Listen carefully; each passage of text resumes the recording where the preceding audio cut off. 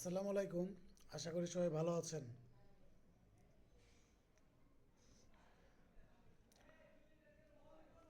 ভাই আসসালামু আলাইকুম। ওয়ালাইকুম আসসালাম। যেহেতু আপনারা কিছুটা আসসালামু আলাইকুম সময় ভাই। পাচ্ছেন, ওয়ালাইকুম আসসালাম, সেহেতু যাদের গ্যাপ ছিল গ্যাপটা একটু পূরণ করে নেবেন। আবার যারা প্রথম এসে আবেদন করতে পারেন না, আপনারা সবাই আবার আবেদন করতে পারবেন। সুতরাং আপনাদের টাইমটা একটু যেহেতু বেশি পাচ্ছেন, একটু এফোর্ট দিয়ে আপনারা আপনাদের গ্যাপগুলো একটু পূরণ করে নেন।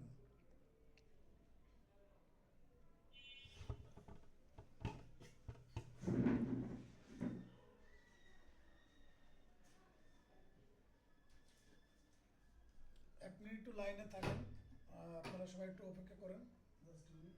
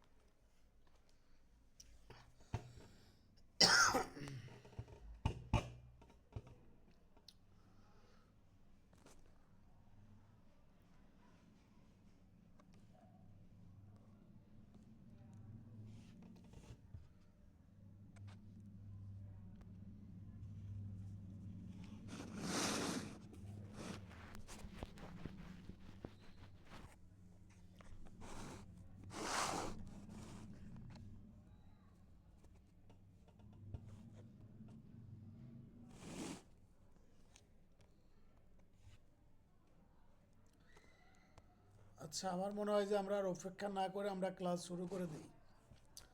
আমরা গত ক্লাসে কোন পর্যন্ত পড়িয়েছিলাম, আর আপনাদের আমি বলেছিলাম যে আমি আপনাদের বোর্ডে ক্লাস নেওয়া শুরু করব।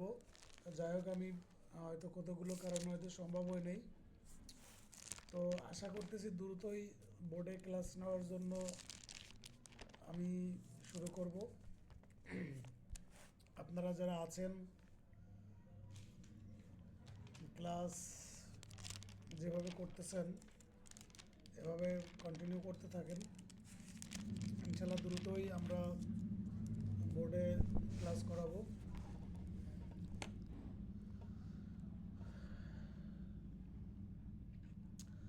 আচ্ছা, আমরা কোন পর্যন্ত পড়িয়েছিলাম? 43 দেশের বিধি 24। আমরা আদেশ 41 পর্যন্ত শেষ করেছিলাম। 43টা আমরা এখনো ধরে নাই। আদেশ 41 নিয়ে কারো যদি কোনো প্রশ্ন থেকে থাকে আমাকে প্রশ্ন করবেন। আমরা আদেশ 43-এ চলে যাব। দেখেন, আমরা এই যে আমরা জানি যে সকল ডিগ্রির বিরুদ্ধে আপিল করা যায়। সকল ডিগ্রির বিরুদ্ধে আপিল করা যায়, শুধুমাত্র হাতে গোনা কয়েকটা ডিগ্রির বিরুদ্ধে আপিল দায়ের করা যায় না। এবং আমরা জানি যে আদি এখতিয়ার সম্পন্ন কোনো আদালত যদি কোনো ডিগ্রি প্রদান করে তাহলে সেই ডিগ্রির বিরুদ্ধে আপিল দায়ের করা যাবে। এখন আহ, 3-4টা ক্ষেত্র আছে, যেমন স্মল কজেস কোর্ট যদি কোনো আপনার ডিগ্রি প্রদান করে তাহলে কি করা যাবে না, আপিল দায়ের করা যাবে না। এছাড়া একটা 9 ধারায় আপিল দায়ের করা যাবে না। কম্প্রোমাইজ ডিগ্রির ক্ষেত্রে আপিল দায়ের করা যাবে না। এই 3টা ক্ষেত্র ব্যতীত বাকি সকল ক্ষেত্রে কি করা যাবে, আপনার আপিল করা যাবে। এখন আমাদের আলোচ্য বিষয় হচ্ছে আদেশ। আদেশের বিরুদ্ধে আপিল। আমরা আদেশ হচ্ছে 43, আদেশ 43-এ বলা আছে যে সকল আদেশের বিরুদ্ধে আপিল দায়ের করা যাবে। দেখেন, সকল আদেশের বিরুদ্ধে আপিল দায়ের করা যায় না। কতগুলো লিমিটেড আদেশ বলা আছে, মেনশন করা আছে। এই আদেশগুলোর এগেনিস্টে আপনি আপিল করতে পারবেন, বাকি যে আদেশ আছে সেই আদেশের বিরুদ্ধে আপনি আপিল দায়ের করতে পারবেন না। এখন কথা হচ্ছে এই আদেশগুলো কোনগুলো। এই আপনার আদেশ হচ্ছে 47, আদেশ হচ্ছে 43-এ মোট আপনার 26টা আদেশের কথা উল্লেখ করা আছে। এই 26টা আদেশের বিরুদ্ধে হচ্ছে কি করা যাবে, 25টা আদেশ, এই 25টা আদেশের বিরুদ্ধে হচ্ছে আপিল দায়ের করা যাবে। 25টা আদেশের বিরুদ্ধে হচ্ছে আপিল দায়ের করা যাবে। বাকি যে আদেশ আছে দেওয়ানি কার্যবিধিতে, ওই আদেশের বিরুদ্ধে কি করা যাবে না, আপিল দায়ের করা যাবে না। যেখানে আপিল করা যায় না সেখানে হচ্ছে আপনি রিভিশন করতে পারবেন। এখন দেখেন, ডিগ্রি কাকে বলে আর আদেশ কাকে বলে। ডিগ্রিটা হচ্ছে আপনার একটা মামলার চূড়ান্ত সিদ্ধান্ত, চূড়ান্ত আনুষ্ঠানিক সিদ্ধান্ত।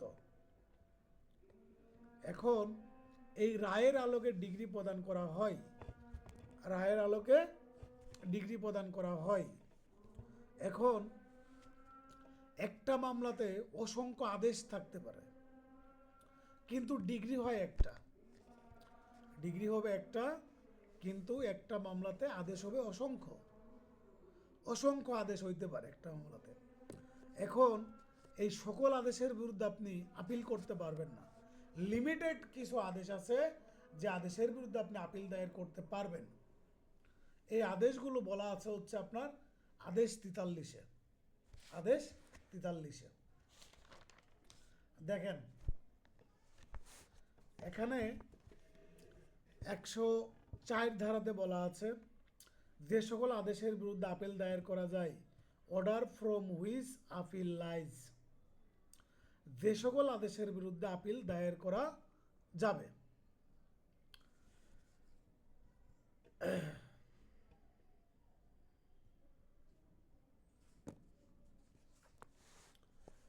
ধারা হচ্ছে 35-এর ক, ধারায় প্রদত্ত যে সকল আদেশ আছে, আমরা জানি 35-এর ক, 35-এর খ, এই ধারাগুলোতে যে যে আদেশ আছে সকল আদেশের বিরুদ্ধে আপিল দায়ের করা যায়। ধারা হচ্ছে 95, ধারা 95-এর অধীন যে আদেশগুলো আছে আদেশের মধ্যে, এই আদেশের এগেনিস্টে আপিল দায়ের করা যায়। ধারা 35-এ কি কি বলা আছে, এই যে আমরা অস্থায়ী নিষেধাজ্ঞা, তারপরে হচ্ছে অন্তর্বর্তীকালীন আদেশ, সম্পত্তি ক্রয় বিক্রয়, এই বিধানগুলোও কিন্তু চলে আসছে আপনার এই ধারা হচ্ছে 95-এ। তারপর দেখেন, ডিগ্রি জারি, জারিতে গ্রেপ্তার এবং দেওয়ানি জেলে আটক ব্যতীত এই আইনের যে সকল বিধান এর অধীনে জরিমানা আরোপ বা কোনো গ্রেপ্তার বা দেওয়ানি জেলে আটক করার নির্দেশমূলক আদেশ।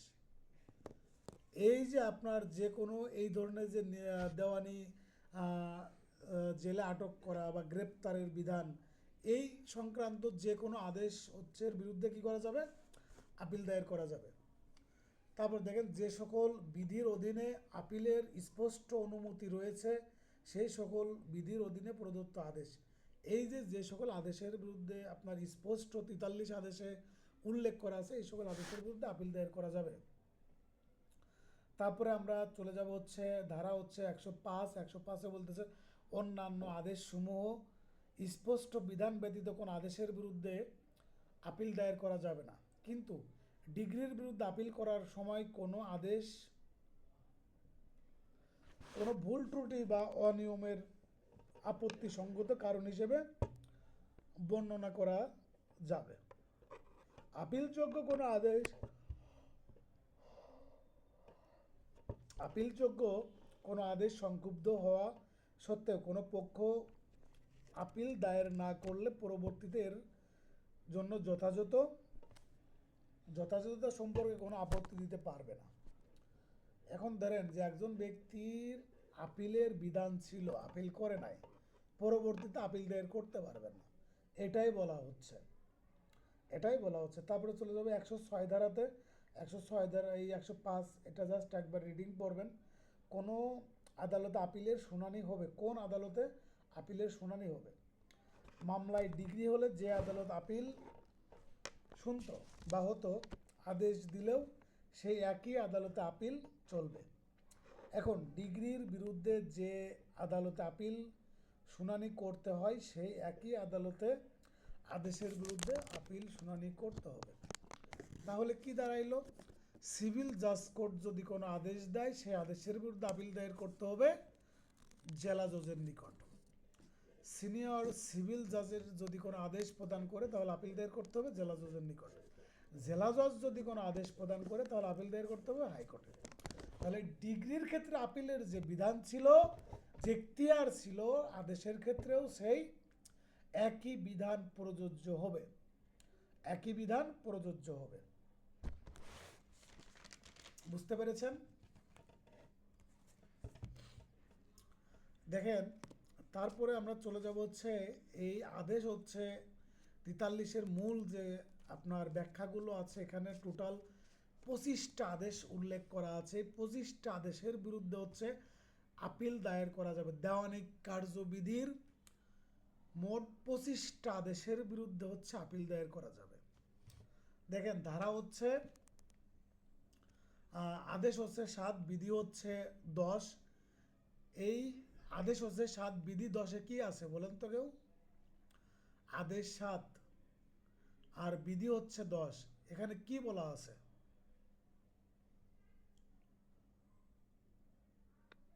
উপযুক্ত আদালতে পেশ না করলে আর্জি ফেরত।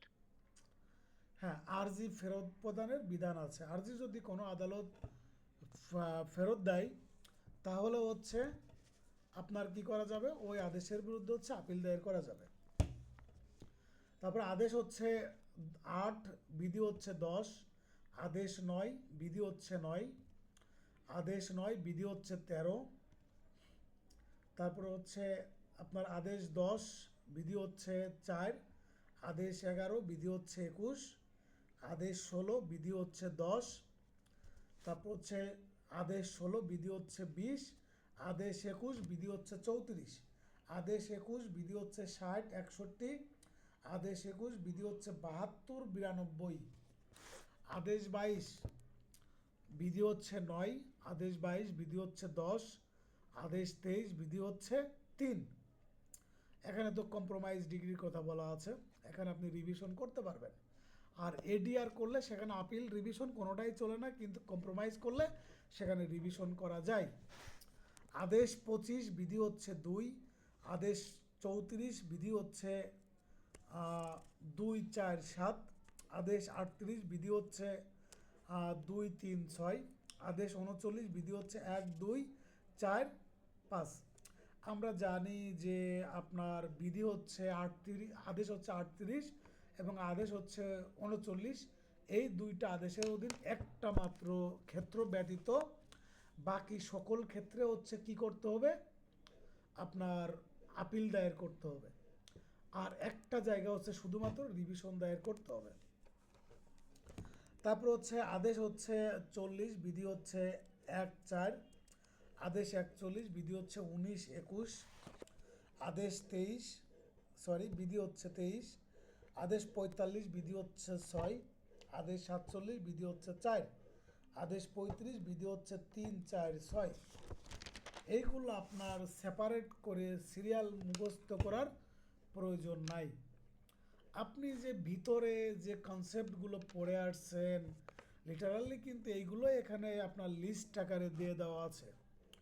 যখন লিস্ট আকারে দিয়ে দেওয়া আছে, লিস্ট একবার দুইবার দেখবেন আর আপনারা ভিতরে যেভাবে পড়ে আসছেন ওইভাবে মনে রাখার চেষ্টা করবেন।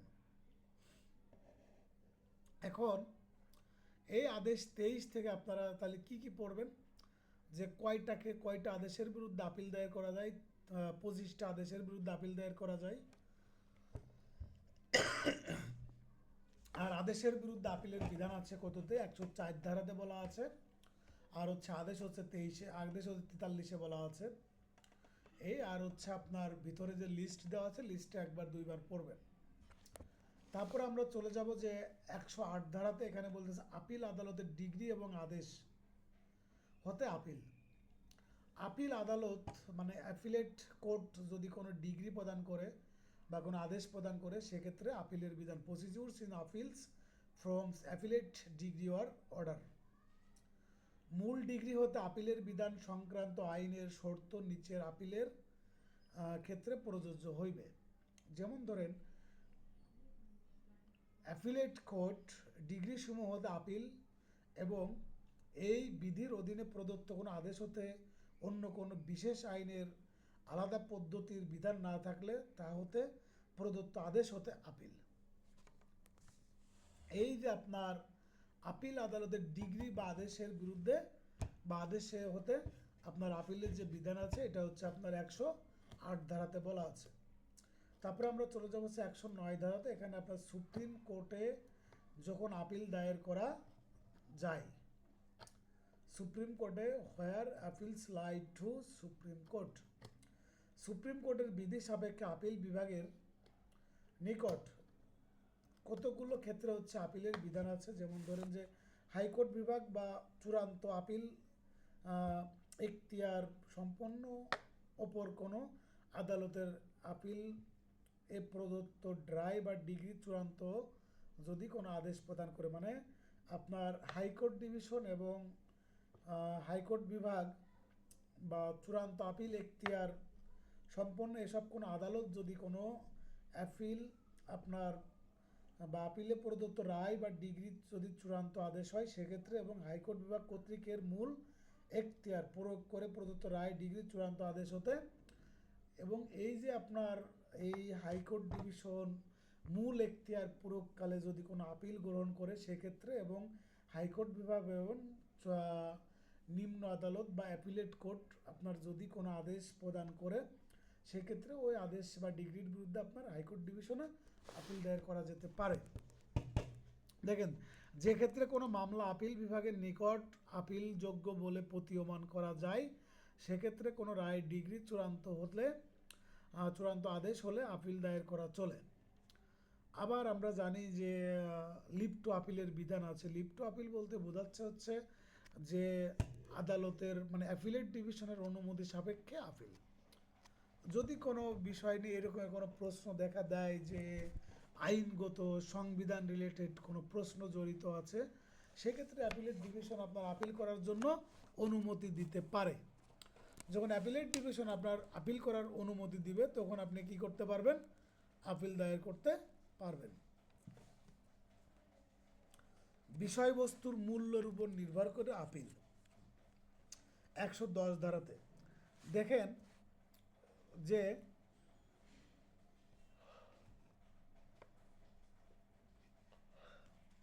যদি কোনো মামলার বিষয়বস্তুর মূল্য যদি 20,000 টাকার বা তার বেশি হয় তাহলে এবং গুরুত্বপূর্ণ আইনের প্রশ্ন যদি জড়িত থাকে তাহলে আপিল বিভাগে আপিল দায়ের করা যাবে। এখানে বার্ডেন্স আছে কত টাকা? 20,000 টাকা। মামলার বিষয়বস্তুর মূল্য যদি 20,000 টাকা বা 20,000 টাকার বেশি হয় এবং আপনার আইনের গুরুত্বপূর্ণ প্রশ্ন যদি জড়িত থাকে তাহলে হচ্ছে আপিল বিভাগে আপিল দায়ের করা যাবে।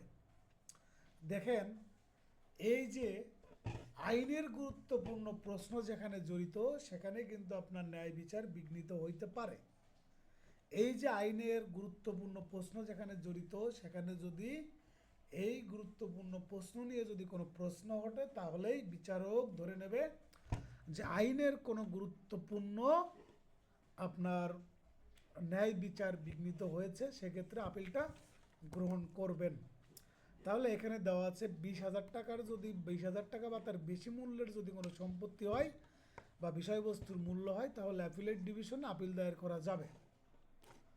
এখানে আপনার এই চূড়ান্ত ডিগ্রি বা আদেশের বিরুদ্ধে এরকমের যদি কোনো মামলার আপনার বিষয়বস্তুর মূল্য হয় তাহলে কি করা যাবে? অ্যাপিলেট ডিভিশনে সরাসরি আপিল দায়ের করা যাবে। তাহলে এ হচ্ছে আপনার আদেশের বিরুদ্ধে আপিলের যে বিধান আছে। তাহলে আপনারা এখান থেকে এই আমাদের মূল কিন্তু আপনার আদেশ হচ্ছে 41, আদেশ 41 থেকে আপনাদের প্রশ্ন বেশি আসবে আর বাকি যেগুলো বললাম এইখান থেকে প্রশ্ন মোটামুটি আসার সম্ভাবনা কম, তারপরেও একটা দুইটা আসতে পারে। কিন্তু এটা বাদ দেওয়ার কোনো সুযোগ নাই। তারপর দেখেন আমরা চলে যাব আদেশ হচ্ছে 44, সেখানে বলছে নিঃস্ব বা নিঃসম্বল ব্যক্তির হচ্ছে আপিল বা নিঃস্ব ব্যক্তির আপিল। আমরা এই যে নিঃস্ব ব্যক্তির মামলা আমরা কত আদেশে পড়েছিলাম, নিঃস্ব ব্যক্তি হিসাবে মামলা কত 33 কত আদেশে পড়েছিলাম, 33 আদেশে পড়েছিলাম। ওই ক্ষেত্রে ওই আপনার বিধান সাপেক্ষে হচ্ছে আপিলের বিধান করা হয়েছে আদেশ হচ্ছে 44-এ। আদেশ 44-এ আপিলের স্মারকলিপির জন্য আবশ্যকীয় কোর্ট ফি প্রদান করতে অসমর্থ আপিলের সাথে একটি আবেদনপত্র দাখিল করতে পারে এবং নিঃসম্বল ব্যক্তি কর্তৃক মামলা দায়ের করা সংক্রান্ত যাবতীয় বিধান প্রযোজ্য হইবে। নিঃস্ব ব্যক্তি হিসাবে আপিল করার অনুমতির দরখাস্ত for leave to appeal as powers দায়েরের তামাদির মেয়াদ হচ্ছে 30 দিন। তামাদির মেয়াদ হচ্ছে 30 দিন। এখন ধরেন যে আপনার এই যে কোনো নিঃস্ব ব্যক্তি কোনো মামলা দায়ের করেছে, তারপর হচ্ছে তার এগেনিস্টে হচ্ছে কি হয়েছে, তার এগেনিস্টে ডিগ্রি দিয়ে দিয়েছে। ডিগ্রি দেওয়ার পরে তারপরে হচ্ছে ওই পাওয়ার্স ব্যক্তি বা নিঃস্ব ব্যক্তি হচ্ছে আপিল করবে। আপিল করবে, তার কিন্তু আপিলের টাকা নাই। আপিলের যখন টাকা নাই তখন হচ্ছে একটা দরখাস্ত সহ সে হচ্ছে অ্যাপিলেট কোর্টে কী করবেন, আপিল করবেন। এখানে এই যে নিঃস্ব ব্যক্তি, এই নিঃস্ব ব্যক্তি হচ্ছে একটা দরখাস্ত সহ আপিল করতে পারবেন। এটা হচ্ছে 30 দিনের মধ্যে আপিল করতে হবে। এখানে বলা আছে আপনার তামাদি আইনের অনুচ্ছেদ হচ্ছে 170-এ বলা আছে আপনার নিঃস্ব ব্যক্তি কর্তৃক আপিল, এখানে হচ্ছে 30 দিনের মধ্যে আপিল দায়ের করতে হবে। এটা কিন্তু গুরুত্বপূর্ণ অনুচ্ছেদ আপনার তামাদি আইনের। তাহলে নিঃস্ব ব্যক্তি আপিল করতে পারবে কত দিনের মধ্যে, 30 দিনের মধ্যে। 30 দিনের মধ্যে।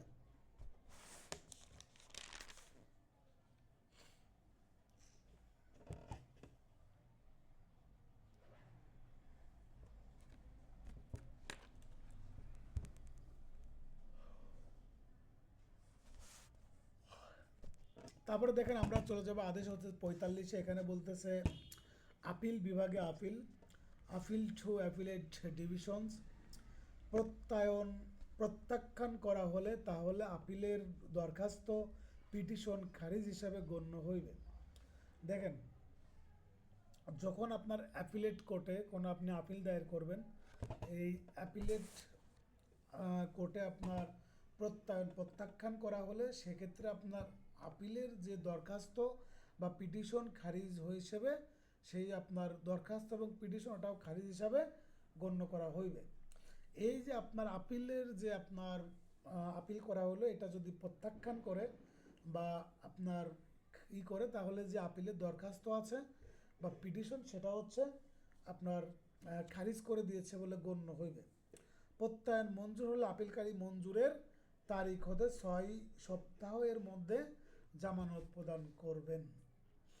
এই যে ধরেন যে আপনি আপিল করবেন, আপিল বিভাগে একটা প্রত্যয়ন দিতে হবে, ঠিক আছে, একটা প্রত্যয়ন উপস্থাপন করতে হবে। প্রত্যয়ন যদি প্রত্যাখ্যান হয় তাহলে আপনার এই আপিলের দরখাস্ত বা পিটিশন এটাও খারিজ করা হয়েছে বলে গণ্য হবে। আর যদি এই প্রত্যয়নটা মঞ্জুর করে তাহলে এই আপিল যে করেছে তার হচ্ছে আপনার কি করতে হবে, 6 সপ্তাহের মধ্যে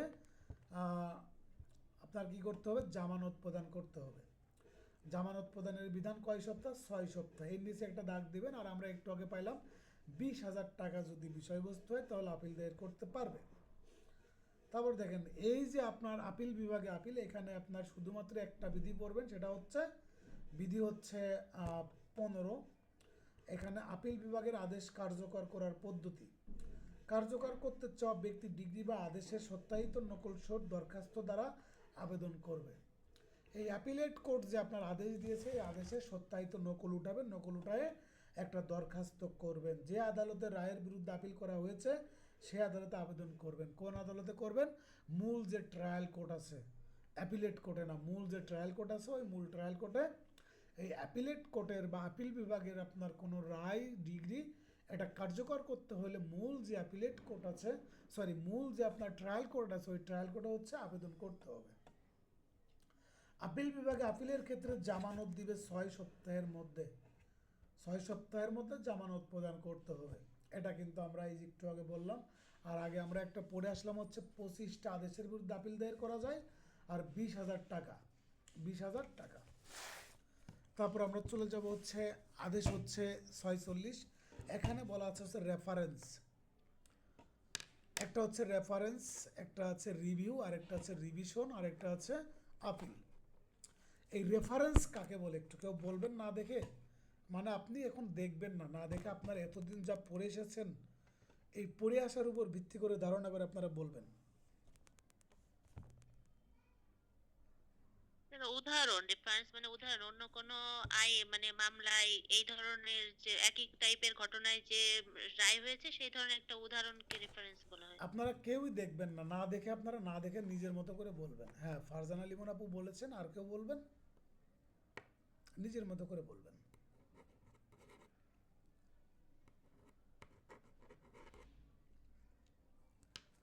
দ্রুত বলেন, বললে পারে দ্রুত বলেন।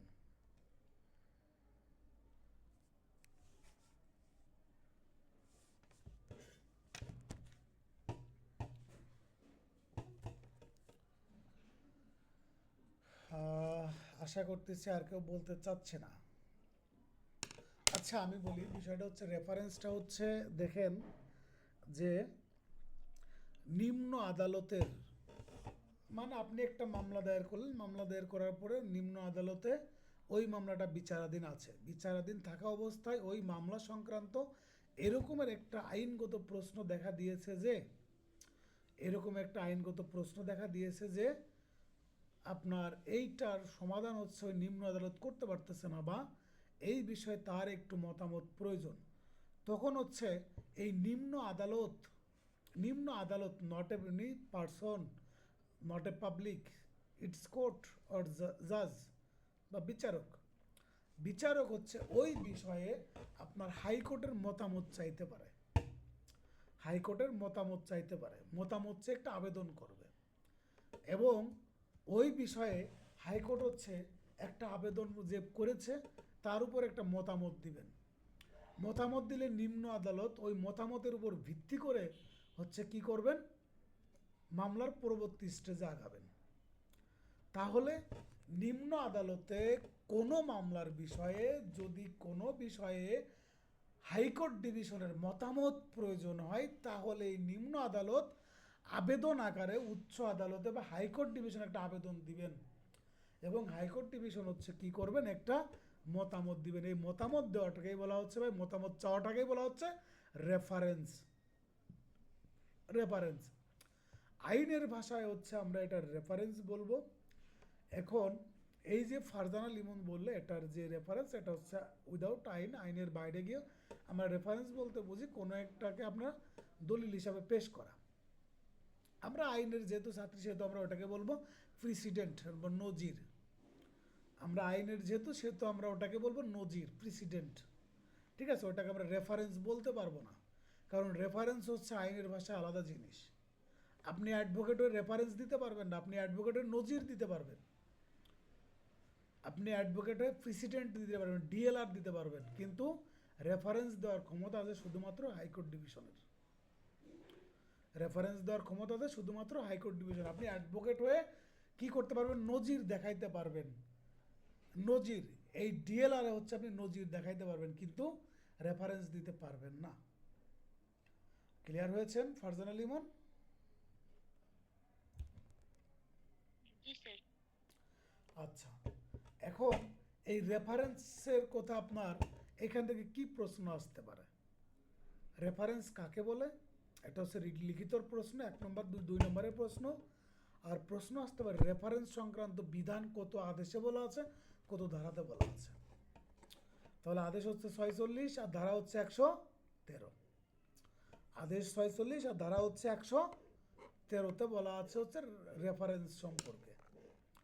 এইখান থেকে আপনার আর কোনো কিচ্ছু পড়ার দরকার নেই, শুধুমাত্র কত ধারাতে বলা আছে এবং কত আদেশের রেফারেন্সের কথা বলা আছে।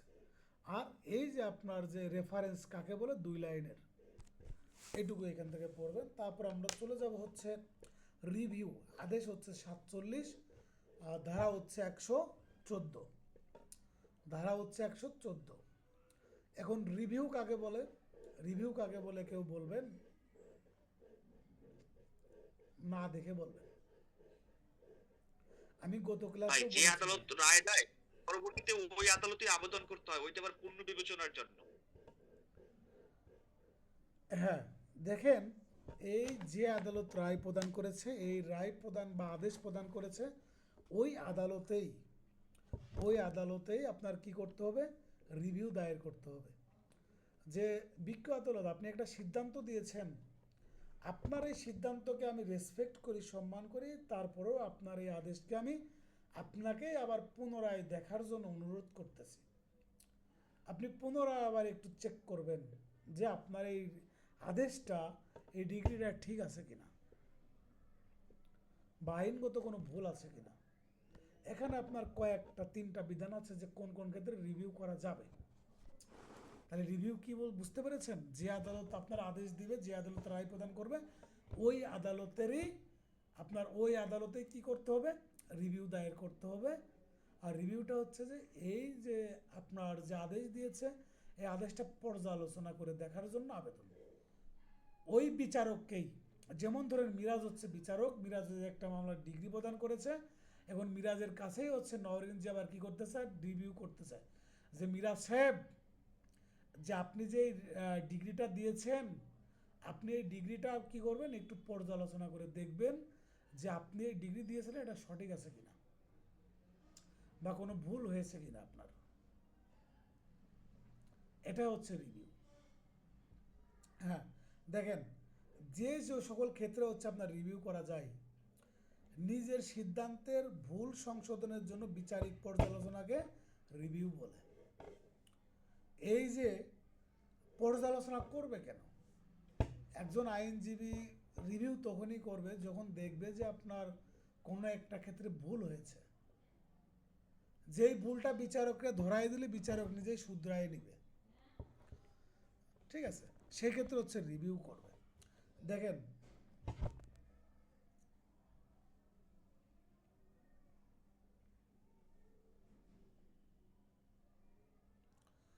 কোন কোন ক্ষেত্রে রিভিউ করা যায়, যে ক্ষেত্রে আপিলের কোনো বিধান নাই, আপিলের যে ক্ষেত্রে কোনো বিধান নাই, আপিল চললেও আপিল করা হয় নাই, আপিলের বিধান নাই, আপিল করলেও আপিলের কোনো বিধান নাই, সেক্ষেত্রে রিভিউ করতে হয়।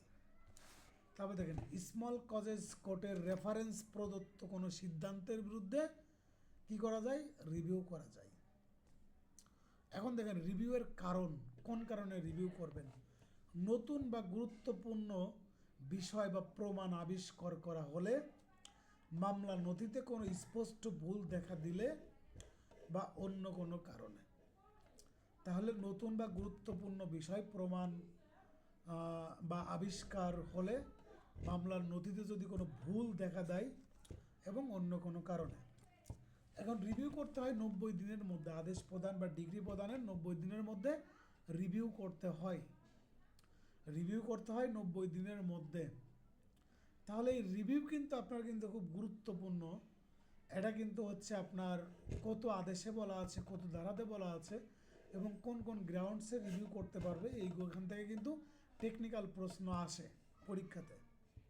তাহলে আমরা দেখলাম যে স্মল কজেস কোর্ট কর্তৃক রেফারেন্স প্রদত্ত সিদ্ধান্তের বিরুদ্ধে রিভিউ করা যায়। যেক্ষেত্রে আপিলের বিধান নাই সেক্ষেত্রে রিভিউ করা যায়, যেক্ষেত্রে আপিলের বিধান আছে কিন্তু আপিল করা হয়নি, সেক্ষেত্রে রিভিউ করা যায়।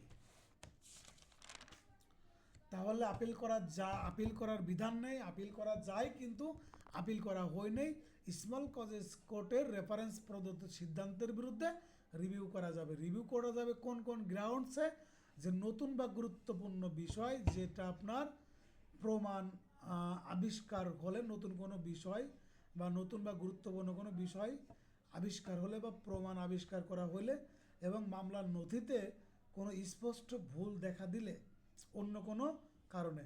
আর রিভিউ করতে হবে 90 দিনের মধ্যে। রিভিউ করতে হবে কত দিনের মধ্যে, 90 দিনের মধ্যে। তারপর দেখেন,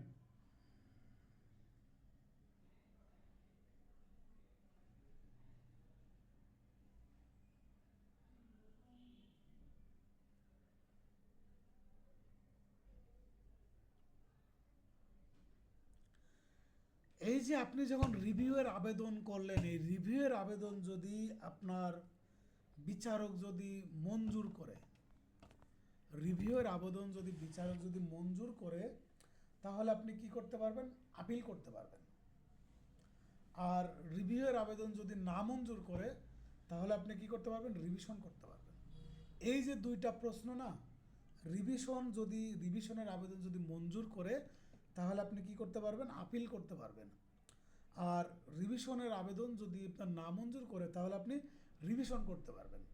রিভিউয়ের আবেদন না মঞ্জুর হলে রিভিশন, আর মঞ্জুর হলে আপিল। এই দুইটা প্রশ্ন হচ্ছে খুবই গুরুত্বপূর্ণ। রিভিউ করতে হবে কত দিনের মধ্যে, রিভিউয়ের বিধান আছে কোন কোন ধারা আদেশে, আর হচ্ছে কোন কোন গ্রাউন্ডসে, এইটা আপনার খুব গুরুত্বপূর্ণ। আর বিশেষ করে সবথেকে গুরুত্বপূর্ণ হলো রিভিউয়ের আবেদন যদি মঞ্জুর করে তাহলে প্রতিকার কি, আর রিভিউয়ের আবেদন যদি মঞ্জুর না করে তাহলে প্রতিকার কি।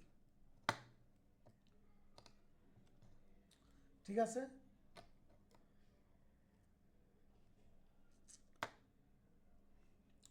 এখন ধরেন রিভিউয়ের আপনি করলেন, রিভিউ করার পরে বিচারক যদি কোনো সিদ্ধান্ত দেয়, আমাদের সেশনটা কিন্তু এখনই শেষ হয়ে যাবে। শেষ হয়ে গেলে আমি আবার লিঙ্ক দিব, আপনারা কাইন্ডলি যতজন আছেন দ্রুত একটু আসবেন প্লিজ। ঠিক আছে? আমি লিঙ্ক দেওয়ার সাথে সাথে আপনার দ্রুত আবার চলে আসবেন। আমি লিঙ্ক দিচ্ছি, তারপর আপনারা আসেন, তারপর আমি 5-7 মিনিট পর আবার ক্লাস শুরু